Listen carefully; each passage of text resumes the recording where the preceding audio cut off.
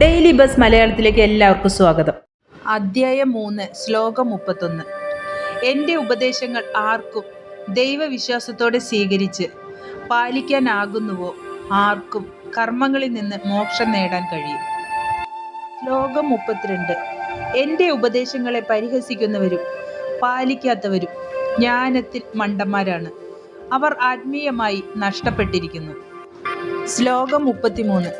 ജ്ഞാനമുള്ളവൻ പോലും തൻ്റെ സ്വഭാവത്തിനനുസരിച്ച് പ്രവർത്തിക്കുന്നവനാണ്. സ്വഭാവത്തെ മുഴുവനായി നിയന്ത്രിക്കാൻ മനുഷ്യന് കഴിയില്ല. ശ്ലോകം 34. ഇന്ദ്രിയങ്ങൾക്ക് ഇഷ്ടവും അസഹ്യവും സ്വാഭാവികമായി ഉണ്ടാകും. അവയുടെ അടിമകളാവാതെ നിൽക്കണം. ഇതൊന്നാണ് മനുഷ്യന്റെ വഴിയിലെ യഥാർത്ഥ ശത്രു. ശ്ലോകം 35. തനിക്കുള്ള കടമ കുറവുള്ളതായാലും നല്ലതാണ്, മറ്റൊരാളുടെ കടമ ചെയ്താൽ നാശം വരാം. ശ്ലോകം 36. അർജുനൻ ചോദിക്കുന്നു, മനുഷ്യൻ ആഗ്രഹിക്കാതെ പോലും പാപം ചെയ്തു പോകാൻ കാരണമെന്താണ്? ശ്ലോകം 37. കൃഷ്ണൻ പറയുന്നു, ഇത് ആഗ്രഹം അല്ലെങ്കിൽ കാമമാണ്.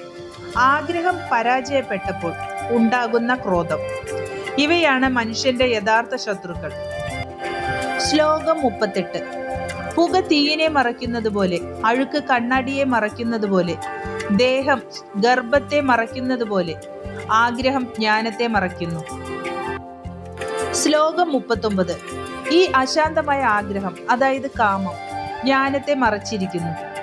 ആഗ്രഹം മനുഷ്യന്റെ ശാശ്വത ശത്രുവാണ്, എത്ര നിറച്ചാലും നിറയാത്ത അഗ്നി പോലെ. ശ്ലോകം 40. ആഗ്രഹം താമസിക്കുന്നത് ഇന്ദ്രിയങ്ങളിൽ, മനസ്സിൽ, ബുദ്ധിയിൽ, അതായത് മനുഷ്യനെ ഭ്രമിപ്പിച്ച് ജ്ഞാനത്തെ മറയ്ക്കുന്നത്. ശ്ലോകം 41.